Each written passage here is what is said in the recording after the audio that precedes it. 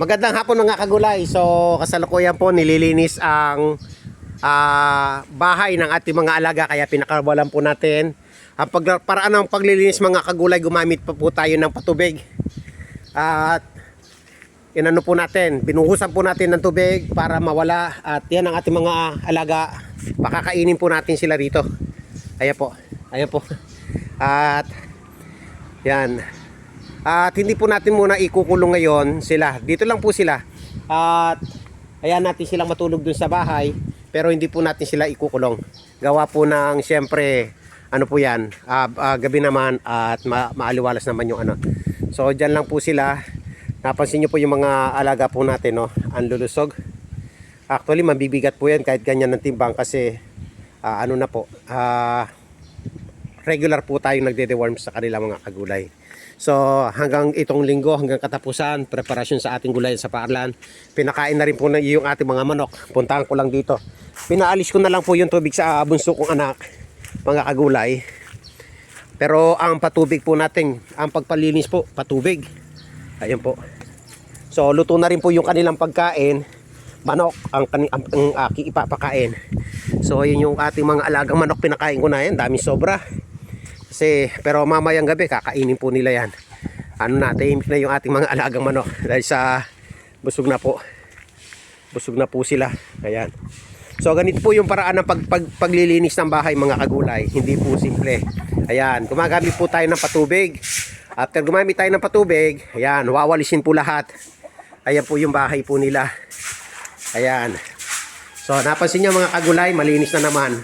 Actually, napakadali lang po yung paraan ng paglilinis ng kanilang bahay kapag kapatubig. Madali lang po. At yung ating mga manok naman, kumain na po yan. At yung mga alaga po natin, niyaw, niyaw, niyaw. Ano to? Yan po yung isa da, pinakahuli kong adapt. Kasama si Aw Aw, yung may tinaga sa ulo. Yan po sila mga kagulay. Ayan, nagsipagkalat yung ating mga alaga ngayon. At nandun po sila. After malinis po yon, mga kagulay, patutuyuin lang. Pupunasan ng basang medyo tuyo. Tapos, ayun. Pero yung pagpapakain, di ko to pakakainin yung ating mga alaga, mga kagulay. Yan po. So, ganyan po yung mapapansin nyo mga kagulay.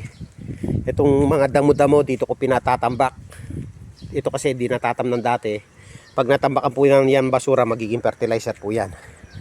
So, Ming Ming! Ayan. Lapitan na. Ay, akyatan. Sige nga, akyat kayo rito bago pagkain. Sige, akyat dito. Dito. Dito kayo. Ay, naku. Dito daw. Dito, akyat gusto ko. Ming Ming! Ming Ming! Gusto ko dito umakyat. Dito. Ay, naku. Ay, dyan sila. Ay, hindi ko na sila lab. Ming Ming! Ayan po. Ayan pa. Ay, naku si ano po ito, si Tansa. Ano yun? Bulacan. Ano yan, Bulacan? Si Bulacan, no? Nagpapabibi si Bulacan. Oh, si Bulacan. Nagpapabibi sa akin si Bulacan po. O yan, si Bulacan, no? Huy. Ayan. Ay, naku, takbuhan. Ayan, takbuhan, nakawala. Naku. Ito, si Niam. Ito po yung bago eh. Ayan. Yan po sila.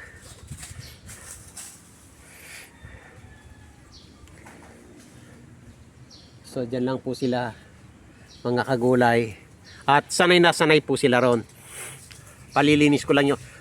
After nyan, bunso, tangkat liter, linisan nyo. Tapos isara. Pakakainin ko na muna rito. Pakakainin ko na yung ating mga alaga, mga kagulay. Kukunin ko lang yung ano. Eh, nandun pala. Nandun pala yung ano nila para pagkain. So, Ming Ming! Dito kayo. Ming Ming! Ayan. Sige nga, akyat yung anak ni Pulot. Ang lalaki na ng mga anak ni Pulot, to. Parang kailan lang, ang liliit. Ang mga baby ni Pulot. Ang nasa alaga po natin sa gulayan, mga kagulay, yung mga malalaki lang. Nasa ano na po to? Nasa 20 plus.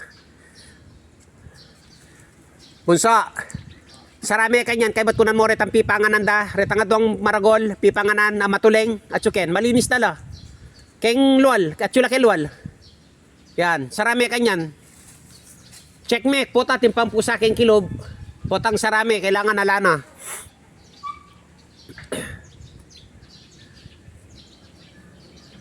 Dala mo, Ken, ali, Kenila rin buso, Kenny ko pa kanan. Kenny ko pa kanan. Wah, ala, check me pa mo puta timpampu sa aking kilob. Pag sigurado may nga lana, kayan mo niya sara mo na Kasi Kenny ko pa kanan Na? Ali, palwal mo la. Basta talagang palubang Ken. Kailangan makasara, makaalan po sa akin. Kailangan na tulang ang Kenny. Snow, hindi na ako lablab ni Snow. Mga kagulay, hindi na ako lablab ni Snow. Hindi na dumededi si Snow. Snow? Snow? Snow. Ay, hindi na alam ang name niya, oh. Quezon. Quezon. Quezon. Hindi na ako lab. Ayan po. Oop. Ayan po. Si Bulacan kanina pa po nagpapalambing po sa akin to mga kagulay. Ah, hello. Hello. Hello, Bambi. Hello, Bambi Pulot. Bambi Pulot. Ayan. Ang lalaki na. Niam. Ayan, si Niam mo. Aray, si Niam mo. Mga kagulay. Ito yung kasama ni Aw Aw, oh. Love ko to Ay, hindi na ako love ni Snow. Snow. Hindi mo na love si Daddy? Punta ka rito, Snow. Snow. Punta ka rito, Snow. Oh, si Nia. Buti pa si Niam, love ako. Kayo, hindi nyo love si Daddy. Si Niam, oh. Love si Daddy. Opo, oh. Ayan po siya, oh. Kanina pa may iniikot-ikutan niya si Daddy. Oh, nilalambing si Daddy. Ayan po siya, oh, mga kagulay. Oh. Ayan, naglalaro po sila. Naglalaro. Dito, kain na kayo. Kain na. Ming! Ito na yung lalagyan ng pagkain. Malinis na yan. Nilinis ni Daddy yan. Punan mo itangat sikat ng kasirol. Kaya mulita na. Oh. Ken mula. Wah, Ken. Yan, sige. Yan. Ito na. Tangking kasirola. Kaso walang kalabasa. Puro ang daming manok mga kagulay. At kitang mangga. Yung pagkain po nila, walang kalabasa, walang malunggay, pure kanin and chicken lang. Pero ang daming chicken. Yung chicken mga kagulay sa totoo, 4 na pitso po yung nilagay ko. 4 na pitso. At hindi ko na ganong, although hindi natin pakakain lahat yon mga kagulay kasi yung 4 na pitsyong yon intended kasama na yung mga alaga po natin sa bahay. Yun nga lang, pakabubusugin po natin na maayos ito. Marami ang ibibigay po natin pagkain. Dito, at saka ito mga kagulay sa totoo, lunch time, binigyan ko po sila ng 1 kilong cat food. So morning, kumain po sila ng marami. So dahil sa nakakulong sila, naawa ako, pinasukan ko sila kanina, binigyan ko sila ng 1 kilong cat food. Actually, may nagpadala ng, yung pinadala noong ilang araw na, isang linggo na, yung 2 kilong cat food na binigay ni Ma'am Grace, di pa nakukuha sa LBC, 2 kilo. Kasi sa kakulangan ng time, baka bukas na lunch time. Ayan po sila. Hindi po pa po sila gaanong gutom mga kagulay. Ayan mo kang bibiyane kasi good for yan, kasama na yun sa bahay. Ako na lang. Yun nga lang, wala po itong malunggay. So, ayan, tingnan nyo po mga kagulay. Ganyan po karami ang manok. Manok po yan. 4 na manok po yan. Ayan po. Buo pa, hindi pa nahimayo. Ayan na, hindi pa po, ang lalaki. Ano po kasi yan? Ayan po, ang lalaki po, purong manok po yan. At yun nga lang, sorry po, wala pong mainit-init pa, wala pong malunggay, tsaka kalabasa. Gawa po ng, syempre, sa pagod na rin po natin. Miming! Ayan po, oh. Miming! Tsaka busog po yan kasi 1 kilong po yung binigay ko mga kagulay. 1 kilong cat food na Aussie. 185. Yun ang kinain nila na lunch time. Kaya sa totoo, hindi po sila ganong gutom. Kung pag-uusapan lang ay pagkain. Hindi po sila ganong gutom. Hindi katulad dati, pag pinakain mo talagang halos nagwawala. Ngayon, hindi po sila gutom. Tingnan nyo po, hindi ganong pansin. Ayan po, naglalaro. Mas gusto po nilang maglaro niyan kasi sabik sila sa paglalaro. At saka ito, good for ano po sa lahat. Iilan lang sila. Bibilang 2, 4, 6, 8, 10, 12, 14, 16, 18. Sino pa yung wala rito? Meron pang wala. 18, 19. So alam po, 20 plus pa rin po ito eh. Sino pa wala? Yung mga alaga po natin dito, makita mo dito, palibat sa naglalaro. So ayan lang po sila mga kagulay. Ay naku, napansin nyo mga kagulay. Napansin nyo yung pagkain po nila. Ayan po, pure chicken. Pure chicken po. Tingnan nyo kinakain ni Junior. Pure chicken po. 4 na pitso po yan. Hindi ko na ganong hinimay. Gawa po ng oras na, goal sa oras. After lesson, doon lang po tayo lumalabas para maglinis, para pakainin ng manok. Actually, ang oras po natin ngayon, nasa almost 5 na. 5 p.m. na. No? Baka lampas na ng 5 p.m. At tingnan nyo, kaya katunayan hindi gutom. Kanina pa tinatawag. Yan, naglalaro lang. Naglalaro. Ayun, mangga. Hulog ang mangga. Tito. Miming! Tara, kain na. Niyam. Kain na. Niyam. Dito. Miming! Dito. Miming! Dito. Miming! Tingnan nyo pa, ang dami pa sobra, oh. Mga kagulay. Pero busog po kasi.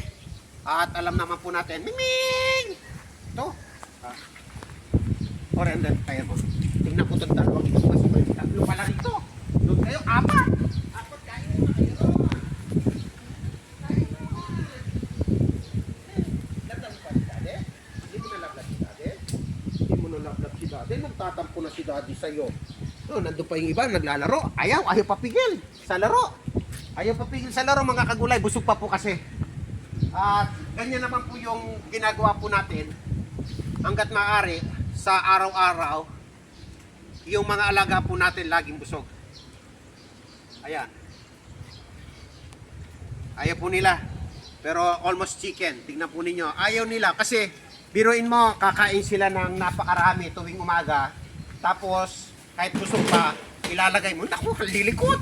Naku, kung nakakuha lang sa takbuhan. Ayan, takbuhan sila hanggang dito. Mga pasaway. Ayan. Diba? Uy. Sa putim. Dito sa putim. So, ayan po sila mga kagulay. At, so, oras na po. Sa oras na po nito, mga 5 pas na po. Oras na. At uuwi na rin po kami, halos padilim na po mababa na yung sikat ng araw, padilim na. So, hindi ko po sila ikukulong ng gabi, dyan lang po sila. At ito, iuwi ko po yung sobra sa bahay para sa mga alaga po natin. At magdadala na lang ako ng malunggay, para may malunggay po yung kakainin nila. So, yan po mga kagulay, sana patuloy na subaybayan, patuloy na isubscribe, share ang video sa Gulay sa Paarlan YouTube account po natin. Maraming salamat po. Sana paki-subscribe po mga kagulay. So uuwi ko po itong sobra, masyadong marami po.